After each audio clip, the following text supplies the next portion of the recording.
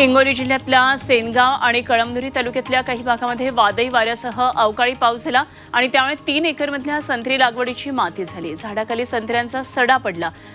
अति पुसेगावसह अनेक शेतकऱ्यांचं अन्य शेतकऱ्यांचं यामध्ये मोठं नुकसान झालंय। सरकारने तात्काळ पंचनामा करावा आणि मदत करावी अशी मागणी केली आहे।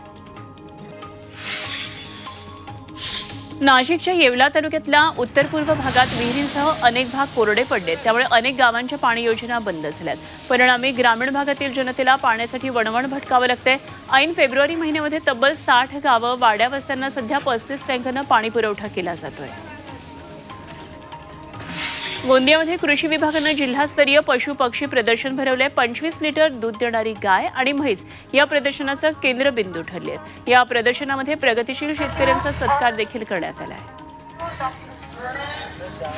मुंबईतल्या बेस्ट बसचा आज अमृत नोनी आर्थो प्लस, ये एक प्रूवन फॉर्मूला है। इसमें मौजूद नोनी फल के गुण और आयुर्वेदिक जड़ी बूटियां शरीर को जरूरी पोषक तत्व देने के साथ साथ हड्डियों और जोड़ों के घिसने, उनमें होने वाले सूजन और दर्द को रोकने में मदद करता है। दर्द मुक्त जीवन के लिए अमृत नोनी आर्थो प्लस। पास आजपासून महागणारे मासिक पास मध्ये बेस्टनं 150 रुपयांनी वाढ केली आहे, त्यामुळे 750 रुपये किमतीचा पास आता 900 रुपयांवर पोहोचलाय।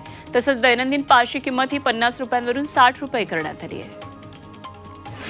सिडकोला मनसेनं इशारा दिलाय। जानेवारीमध्ये नवी मुंबईतील तळोजा आणि द्रोणागिरी नोडमध्ये 3322 घरांचा गृहप्रकल्प सिडकोनं जाहीर केला। मात्र त्यातल्या अधिवास प्रमाणपत्राची अट सिडकोनं परप्रांतीयांच्या फायद्यासाठी काढल्याचा आरोप मनसेनं केला। ही अट पुन्हा घातल्याशिवाय प्रकल्पाची सोडत होऊ देणार नाही असा इशारा मनसेनं दिलाय। लातूर शहरातल्या नेटिझन सेंटरवर अंगणवाडी सुपरवायझर पदासाठी परीक्षा घेण्यात आली। मात्र जिल्ह्यातल्या विविध भागातून इथे आलेल्या सुमारे 25 महिलांना परीक्षाच देता आली नाही। विवाह प्रमाणपत्र नसल्याचं कारण देत 25 महिलांना परीक्षेला बसू दिलं नसल्याचा आरोप होतोय।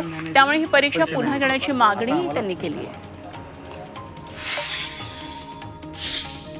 डीआरडीओनं लहान पल्ल्याच्या 2 मिसाईल्सची यशस्वी चाचणी केली आहे। जमिनीतून हवेत मारा करणाऱ्या या एअर डिफेन्स मिसाईल्सची चाचणी 28 आणि 29 फेब्रुवारीला ओडिशा किनाऱ्यावरच्या चांदीपूर संरक्षण केंद्रात पार पडली। वेगवान मनुष्यविरहित लक्ष्याचा वेध घेऊन त्याचा खात्मा करण्याची क्षमता या मिसाईल्समध्ये आहे। 3, 2, 1 युक्रेन रशिया युद्धामध्ये रशियाच्या सैनिकांना मदत करणाऱ्या 20 भारतीय कर्मचाऱ्यांना मायदेशी बोलावलं जाणार आहे। परराष्ट्र मंत्रालयाचे प्रवक्ते रणधीर जयस्वाल यांनी ही माहिती दिली आहे। रशियात असलेल्या कर्मचाऱ्यांना सुरक्षित भारतात आणणार असल्याचं जयस्वाल यांनी म्हटलंय।